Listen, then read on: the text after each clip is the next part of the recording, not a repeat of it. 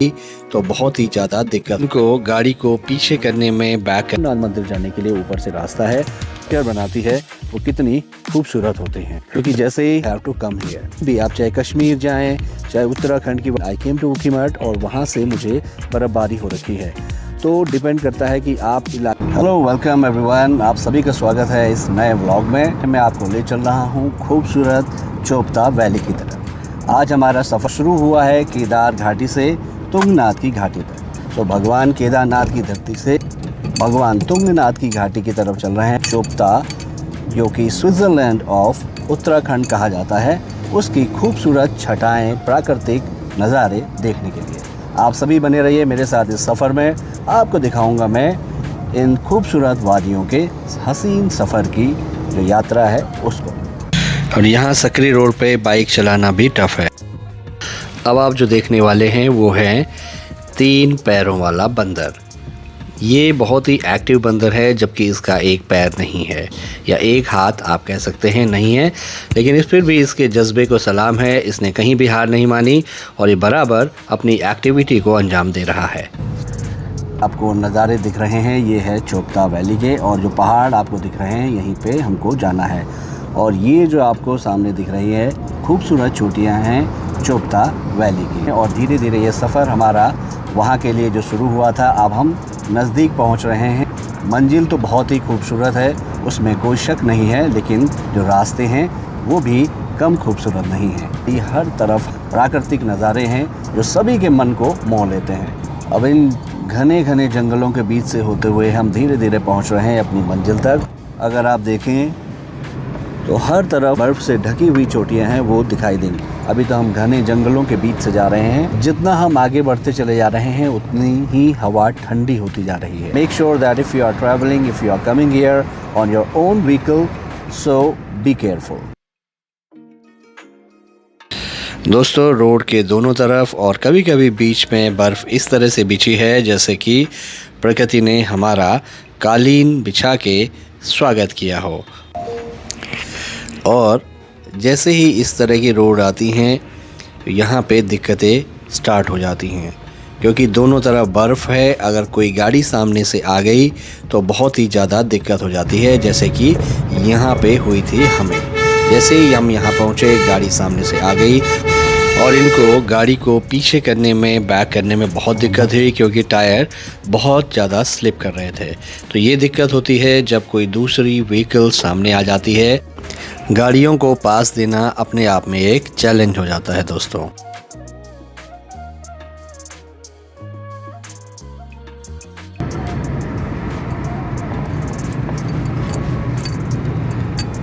इस समय जो पूरी चोपता वैली है और जो upper part of the Chopta valley है, स्पेशली तुंगनाथ के फुट हिल्स पे जो मंदिर है वहाँ से लेके नीचे तक सभी जगह बर्फ़ है। समय बीतता जाता है वैसे वैसे हार्ड होती जाती है। So it's very hard to drive here until and unless you are very experienced. मेरी नज़र जो टूरिस्ट आते हैं उनकी वो देख रही थी, लेकिन मुझे बहुत कम टूरिस्ट दिखे। जैसे जैसे हम आगे बढ़ते जा रहे थे तब यहाँ पे थोड़े से टूरिस्ट दिखने स्टार्ट हुए, और वो भी संख्या इतनी ज़्यादा नहीं थी। So finally I have arrived, I have reached to the place where I wanted to. जहाँ के लिए हमने आज लक्ष्य किया था, जहाँ आना चाहते थे, उस जगह पे पहुँच चुके हैं। अब ये आप देखिए, ये पूरी जो चोपता वैली है वहाँ पे बर्फ़ ही बर्फ़ है, ताज़ा बर्फ़ है। इट्स क्वाइट सॉफ्ट, बहुत ही सॉफ्ट है इस समय।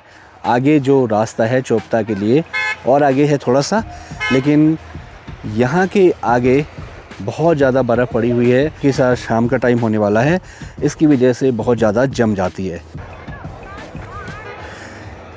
पूरी जो नेचर है, प्रकृति है, आप ये देखिए कितनी सुंदर और सफ़ेद ये बर्फ़बारी लग रही है। अलग अलग जगहों से लोग आए हैं। एक चीज़ जो यहाँ पे दिक्कत होती है वो है यहाँ का ऑक्सीजन लेवल भी काफ़ी कम रहता है, और यहाँ से जो चौखंबा पर्वत है वो भी दिख रहा है। ये है चौखंबा, और चारों तरफ जो अल्टीमेट वाइट स्नो है वो ही दिख रही है। हर जगह बर्फ़ ही बर्फ़ है। आप लोग जो भी लोग यहाँ पे आना चाहते हैं, मेक श्योर कि आपके पास जो ड्राइवर हैं वो यहाँ के या तो जानने वाले हों, या तो आप यहाँ पे कार या बाइक या बाकी की चीज़ें रेंट कर सकते हैं। मैं हमेशा बात करता हूँ नेचर की when you are near to the nature, it is the best moment. और यही कुछ ऐसा यहाँ पे है। इस बर्फ़ को देखेंगे आज के ये जो व्लॉग है उसको देख करके अगर आप अपना प्लान बना रहे हैं, do let me know if you have any questions. अगर आपको मन में कोई सवाल है तो आप बिल्कुल पूछ सकते हैं, I will be happy to answer them. हमें यहाँ पे चारों तरफ क्या क्या चीज़ें हैं वो आपको दिखाता हूँ। हर तरफ ऊपर से लेके नीचे तक बर्फ़ ही बर्फ़ जमा हुई है और यहाँ पे लोग बहुत ज़्यादा जब बर्फ़ होती है तो स्केटिंग वगैरह करते हैं। और आज थर्सडे है, सो इन डेज़ टू कम, 1-2 दिन में यहाँ पे वीकेंड में बहुत ज़्यादा भीड़ होने वाली है। दोस्तों अगर हम बात करें जो ऊपर की तरफ आप जाएंगे, ये जो आपको दिख रहे हैं ये कैंप्स हैं और धूप इतनी तेज़ है कि मुझे ऊपर देखने में बहुत ही ज़्यादा तकलीफ़ हो रही है। सो इसीलिए यहाँ पे अगर आप आ रहे हैं, मेक श्योर आपके पास सन ग्लासेस जरूर हों। और यहाँ खास करके पेड़ है, वेजिटेशन है, आप देख सकते हैं। यात्रा का सीज़न होता है तो तुंगनाथ मंदिर जाने के लिए ऊपर से रास्ता है। और सामने आप जो देख रहे हैं वो जो सामने है वो है चौखंबा पर्वत, और बाकी की भी जो पर्वतमालाएं हैं वो आपको यहाँ से दिखाई दे रही होंगी। So it is a very beautiful view. ऐसी जो नज़ारे होते हैं इनको देखते रहने का मन करता है। You can imagine how beautiful the nature is. Nature ने देखिए अपने हिसाब से सारी चीज़ें कर रखी हैं, और जो चीज़ें नेचर बनाती है वो कितनी खूबसूरत होती हैं। क्योंकि जैसे ही स्नोफॉल हुआ वैसे ही बहुत सारे लोग यहाँ पे आने लग गए थे, और स्नोफॉल की वजह से ये देखिए जहाँ पे भी मैं पैर रख रहा हूँ वहाँ पे धंसता चला जा रहा है। इसका मतलब ये बर्फ़ बहुत ही ताज़ी है। कि जैसे जैसे मैं बर्फ़ में पैर रख रहा हूँ वैसे वैसे धंसती चली जा रही है। ये कुछ ऐसा हाल है। दोस्तों हम सभी लोगों का सपना होता है इस तरह की जगहों पे आना, नेचर के पास आना, ख़ास करके स्नोफॉल वगैरह जब होती है, स्नोफॉल में आके रहना, टाइम स्पेंड करना और यहाँ पे रुक के इस बेहतरीन अनुभव को जीना। If you want to live an experience like such, so you have to come here। भी आप चाहे कश्मीर जाएं, चाहे उत्तराखंड की वादियों में, चाहे हिमाचल प्रदेश में, जितने भी हिमालयन इलाके हैं वहाँ पे आपको जाना पड़ेगा। यहाँ पे स्पेंड करने के लिए टाइम अपने आप को प्रिपेयर करना पड़ेगा। कभी कभी हम बहुत सोचते रह जाते हैं लेकिन आ नहीं पाते। दोस्तों अभी यहाँ पे ऑक्सीजन की काफ़ी कमी हो रही है। जिन जगहों पे धूप नहीं है, थोड़े से भी ठंड है, छाँव है, वहाँ पे काफ़ी ठंडा हो रहा है। देखिए जब आप कभी भी इस तरह की जगहों पे आते हैं, ग्रुप में आते हैं, when you come here with your friends, so it's very amazing. जब आप अकेले आते हैं, और मुझे क्योंकि आप लोग को ये दिखाना था, मेरा कोई प्लान नहीं था दोस्तों, इट हैज़ हैपेंड सडनली। मुझे किसी काम की वजह से आई केम टू ऊखीमठ, और वहाँ से मुझे फिर चोपता आने में बहुत ज़्यादा समय नहीं लगा। तो अभी मैंने आपको रास्ते दिखाए किस तरह के हैं, बर्फ़ दिखाई रास्ते में, कितनी बर्फ़बारी हो रखी है। तो डिपेंड करता है कि आप कौन से इलाके में जा रहे हैं, क्योंकि चोपता में पूरे इलाके में बर्फ़ है। और कभी कभी आपको जब स्नोफॉल बहुत ही ताज़ा होता है तब तो ठीक है, लेकिन यहाँ पे दिक्कत ये होती है कि जैसे जैसे शाम होने लगती है, जो बर्फ़ होती है वो हार्ड हो जाती है, उस पर ड्राइव करना बहुत ही ज़्यादा कठिन हो जाता है। मैं आपसे बस यही कहना चाहता हूँ कि if you want to plan, अगर आपको आना है, जो मैंने आपको बताए हैं जो चीज़ें, उनका बहुत ही ध्यान रखें। और जो लोग यहाँ आ रहे हैं, यहाँ आने के लिए 2 रास्ते हैं। या तो आप गोपेश्वर मंडल होते हुए आ सकते हैं, या ऊखीमठ के रास्ते से यहाँ आ सकते हैं। तो ये आपको चूज़ करना है कि आप किधर से आना चाहते हैं। और ये चलते चलते देखिए कैसे पैर धंस रहे हैं पूरे बर्फ़ में। तो इसमें भी देख के जाना होता है भाई, नहीं तो कहीं गिर गए तो फिर और भी ज़्यादा दिक्कत है, आप स्लिप हो सकते हैं। और क्योंकि नीचे जो ज़मीन होती है वो भी पूरी गीली हो गई होती है। सो ये भी दिक्कतें हैं जब कभी भी आप इस तरह के इलाकों में आते हैं। सो मैं आपको दिखा रहा हूँ अलग अलग जगह जहाँ पे बहुत सारा स्नो है यहाँ, और स्नोफॉल की वजह से आगे के रास्ते भी कहीं कहीं पे बंद है। तो मैं कोशिश कर रहा हूँ कि उन सारी जगहों पे जा पाऊँ जहाँ पे अच्छे रास्ते हैं, और जहाँ से मुझे भी कोई तकलीफ़ ना हो ज़्यादा आने जाने के लिए। दोस्तों अब हम जहाँ पे जा रहे हैं वो एक दूसरी लोकेशन है, और मैं चाहता हूँ कि मैं दूसरी लोकेशन पे लैंडस्केप कैसा है, किस तरह से वहाँ पे है बर्फ़ का सीन, वो आपको दिखाऊं। तो अब हम पहुँचने वाले हैं उस लोकेशन पे, और वो भी बहुत ही प्यारी लोकेशन है। तो चलिए दोस्तों चलते हैं इस दूसरी लोकेशन पे। तो दोस्तों this is the location I was talking about. और ये जो आप सामने देख रहे हैं वही चौखंबा है जो मैं आपको रोज़ अपने घर के सामने से, या कल या परसों के व्लॉग में आपने देखा होगा। I have shown you guys the Chaukhamba, और ये उसके दूसरी तरफ का नज़ारा है। और ये पूरा इलाका आप देखिए, पूरे जितने भी हिमालय की क्षेत्र हैं या पूरे जो इलाका है, जितने भी ऊपर की चोटियाँ हैं, सब में बर्फ़ पड़ी हुई है। और इसी जो स्नोफॉल हुई थी उसका आनंद लेने के लिए बहुत सारे जो सैलानी हैं, बहुत सारे जो पर्यटक हैं, वो यहाँ पे आए हुए हैं। देखिए छोटा सा पिल्लू ये भी यहाँ पे मज़े कर रहा है। दूसरी लोकेशन है जिस पे मैं आया हूँ। देखिए यहाँ पे हर लोकेशन एक ही जैसे लग रही है, लेकिन इट्स अ डिफरेंट वन। इसका जो बैकग्राउंड है, इफ़ यू सी दैट, ये बैकग्राउंड देखिए, हर जगह बर्फ़ ही बर्फ़ है। और ये बहुत ऊंचाई तक आप ऊपर से देखिए। और ये वाली जो जगह है, खासकर यहाँ पे, यहाँ से ऊपर से अगर आप देखिए तो ये जैसा लग रहा है कि स्लाइडिंग जोन है। यहाँ से आप स्लाइड करके सीधे नीचे आ सकते हैं। अगर ऊपर से स्लाइड करें तो सीधे नीचे आएंगे। और ये जो जगह है, इसके साथ साथ पूरा जो चोपता वैली है उसमें बर्फ़बारी हो रखी है। मैंने आपको चौखंबा का एक सामने की तरफ से जो नज़ारे दिखाए थे, और ये दूसरा तरफ जो चौखंबा का है, ये वो है। ये पूरे जितने भी ऊंची चोटियां हैं, सभी जगह बर्फ़ से भरी हुई हैं, क्योंकि जैसे ही थोड़ा बहुत मौसम ख़राब होता है, पहाड़ों पे बर्फ़बारी होने लगती है। लोग दूर दूर से आ रहे हैं यहाँ पे, अपने वीडियोस, फ़ोटोज़ क्लिक कर रहे हैं, वीडियो शूट कर रहे हैं। And this is the perfect place for the picture right now. और इस तरह की जगहों पर जब हम लोग आते हैं तो मन प्रसन्न हो जाता है। अब मैं जैसे पहले भी बता रहा था आपको, अभी देखो ये कुछ ऐसा है।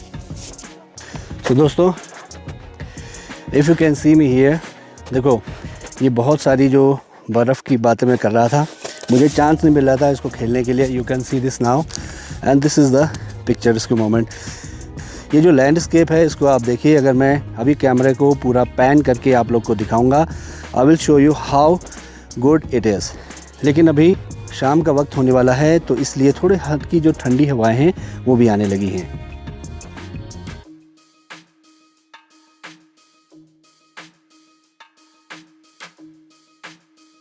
ट्राइंग टू वॉक एंड सी कैसा लगता है।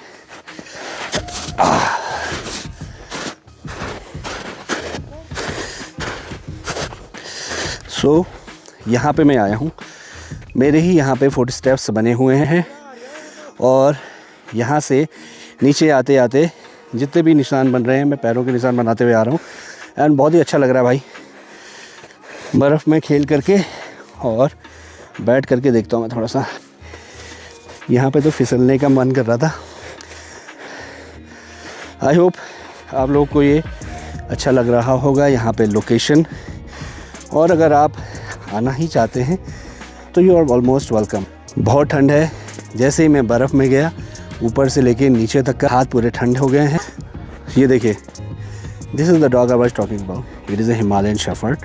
छोटा सा है, इसको बर्फ़ में रहने की आदत है और ये पसंद है इसको बर्फ़। देखो बिल्कुल भी शांत है, कुछ नहीं कर रहा है। हालांकि मैं स्ट्रेंजर हूँ, I have not seen him before, but he is very quite and calm. So do you want to see? आपको अगर ऐसे डॉगी चाहिए, पसंद है, तो यहाँ पे आके ले जा सकते हैं। इस तरह के लोकेशंस पे ये डॉग्स भी मिलते हैं जिनके ओनर्स हैं। आप उनसे कांटेक्ट कर सकते हैं और ये डॉग ले जा सकते हैं। तो जाओ भाई, आपको मैंने दिखाया है कैसा मौसम है, कैसा माहौल है चोपता वैली में, कितनी बर्फ़ है और कितने लोग यहाँ पे हैं। हालांकि अगर मैं टूरिस्ट की संख्या के हिसाब से कहूँ तो क्योंकि आज थर्सडे है तो इसकी वजह से बहुत ज़्यादा लोग नहीं हैं, but in days to come जैसे ही वीकेंड प्रोसीड होगा वैसे ही यहाँ पे भीड़ बढ़ जाएगी। सो ये होता ही रहता है। और जब लास्ट वीकेंड था तो उसके बाद बहुत ही ज़्यादा भीड़ थी। 18-19 किलोमीटर का यहाँ पे ट्रैफिक लगा हुआ था। I will show you guys entire things. बहुत सारी चीज़ें दिखाऊँ तो बहुत लंबा हो जाएगा। देखिए कुछ ये जो इलाका है पीछे की तरफ आप देखें, ऊपर तक देखो। सो हर इलाका अपने आप में एक बहुत ही सुंदर इलाका लग रहा है। मैं इसको बैक कैमरे से दिखाता हूँ आप। You can see this. देखिए यहाँ से ऊपर से अगर आप स्लाइड करोगे सीधे नीचे आओगे, यहाँ से आओगे नीचे तक पूरा बर्फ़ ही बर्फ़ है। और सबसे बड़ी बात है कि अगर आपको इस तरह की ही लोकेशन पे रहना है तो नीचे कैंप भी हैं। यहाँ पे रहने के लिए क्या चार्जेस वगैरह हैं उसको मैं अभी आपको बताऊंगा। जो कैंप वाले हैं उनसे मैं बात करूंगा एक से। सो दोस्तों, अब धूप जो है बिल्कुल भी पहाड़ों पे धीरे धीरे जाने लगी है। धूप हल्के से दिख रही है और ये यहाँ से सनसेट होने वाला है। यहाँ पे उसके बाद ज़्यादा ठंड होने लगेगी।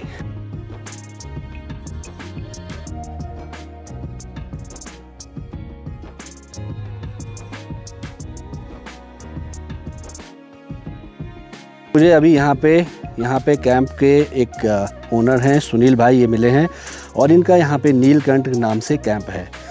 तो ये आपसे मैं पूछूंगा कि कितने यहाँ पे आपको क्या चार्जेस हैं, क्या फैसिलिटीज़ मिलती हैं नाइट स्टे करने के लिए और क्या क्या चीज़ें हैं। तो सुनील भाई कैसे हैं आप? अच्छा, आप ये बताइए यहाँ पे आपका जो कैंप है नीलकंठ है ना, उसका नाम नीलकंठ है?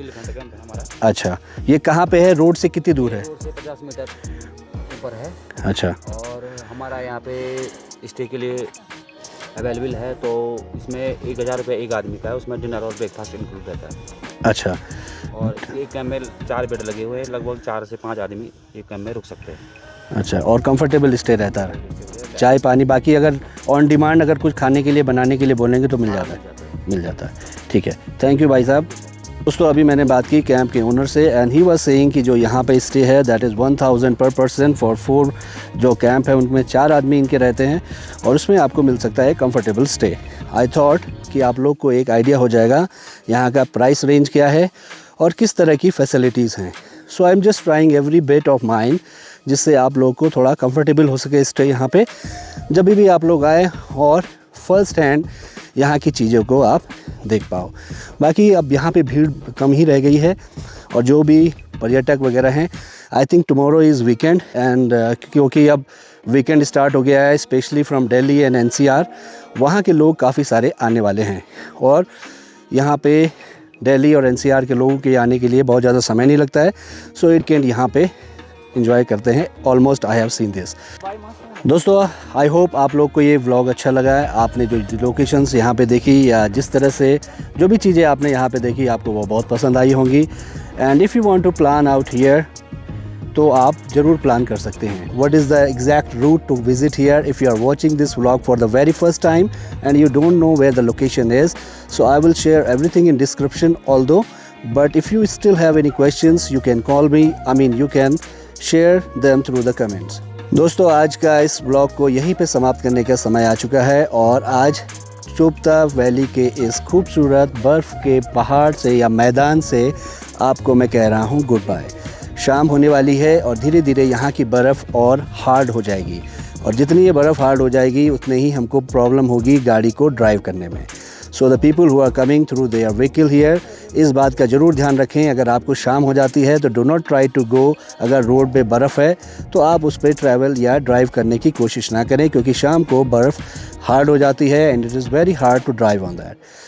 सो guys, I'll be waiting for your suggestions. Please do subscribe the channel, share the channel with your friends and families, share the video with your friends and families, या वीडियो को अपने परिवारजनों या मित्रों के साथ शेयर करें और इसके साथ ही चैनल को सब्सक्राइब करें। Whatever the suggestions you have, do let me know through the comments. Thank you very much for your time. Bye bye.